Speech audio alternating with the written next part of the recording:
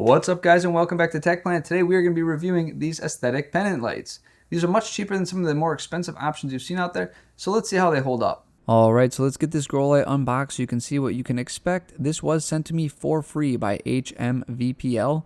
This is a hanging grow light, and this is like a pendant style with a more aesthetic appearance. So usually I'm unboxing more ugly lights that are really more for utility and less for interior design, but this one is a lot more interior design focused. However, you will see later on that it is still a pretty darn good light. There isn't too much to the actual box. There is some hanging instructions, some hanging hardware, which is actually a little nicer than usual because that's all part of the aesthetic, and you will see how that works a little later on. I will demo it. And then you have the obvious light. It does have a very long cord. It also has a little built-in timer on this one, which is a 4, 8, and 12-hour timer. However, contrary to other ones that I've seen, I have tested this one out, and you can just turn it on and then use an external timer to power this, and that is really important to know. Overall, the build quality is pretty solid. It is a nice full metal body, so that's pretty good, and it's got some heft to it, which allows it to hang very straight. That is pretty important when you're using any sort of like plastic coated cord, because that like pulls that elasticity nice and taut, and it just looks good. The aesthetic this thing has going for it is pretty nice. It's very clean. I do like the horizontal vent hole on it that just breaks up the monotony of the actual tubing and gives it just a nice appeal. They did send me 2 units, and I did notice on one of my units that the enamel was a little scuffed, but from further than a few inches away I really can't see it, so I'm not too worried about it.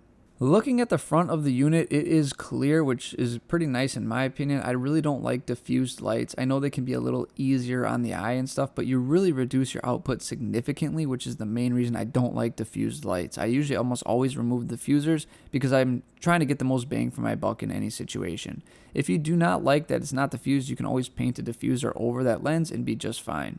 This light is very bright. It does come in at 40 watts just about. When I measured it, it was about 39, which we can leave that up to the actual watt meter being off, who knows, but it's pretty much there. I did just hang it on one of my video lights just to quick test it out with a plant, and it actually has quite an even spread. It's a really nice spotlight, but the circle that it leaves out is quite pleasant and nice and consistent, which is surprising. I expected to see a much more hotter center followed by a wider fall off, but it's actually pretty solid.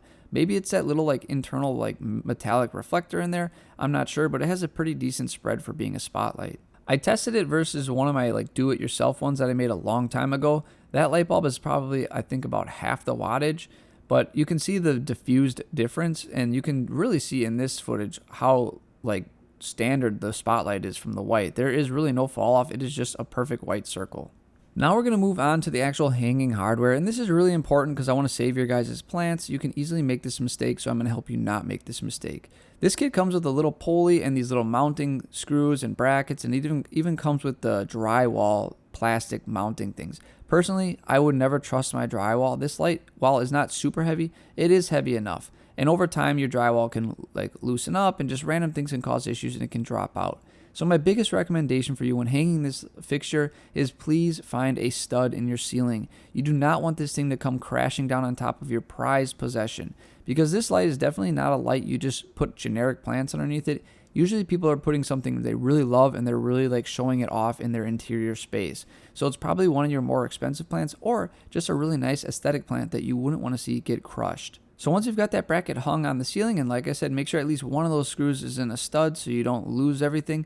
Then you're going to take your cord and pre-loop it on the little pulley wheel. It does come with a little silver insert that you'll see. It's like a threaded insert, and you'll put that inside the pulley wheel and slide it up in that bracket.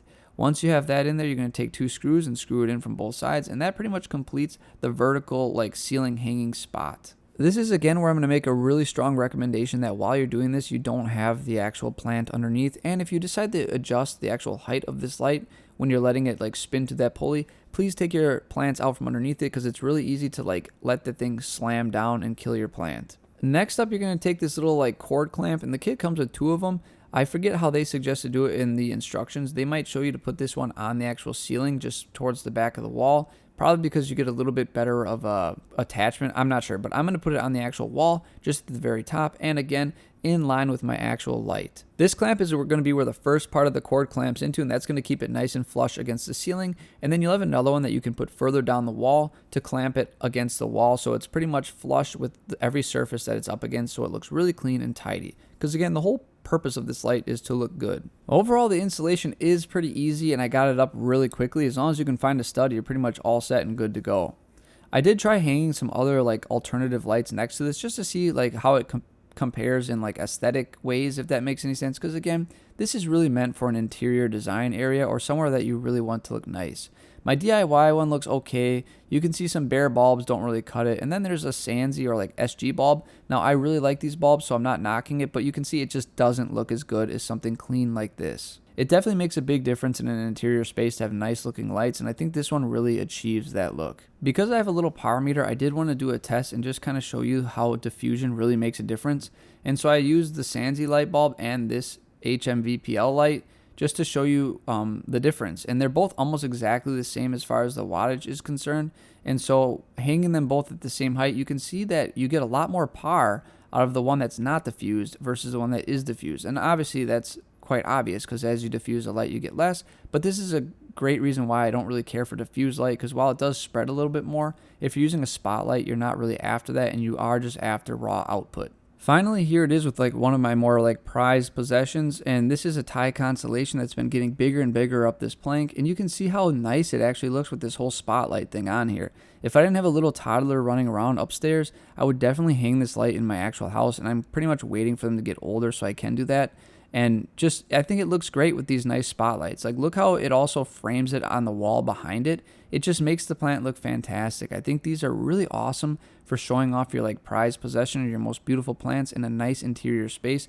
And with the way it's actually designed and looks, I think it pulls it off pretty well. Hopefully one day I can put plants in my normal living space and I don't have to live down in this dungeon, but we'll see. Well guys, that pretty much sums up this video. I hope you enjoyed that unboxing and review.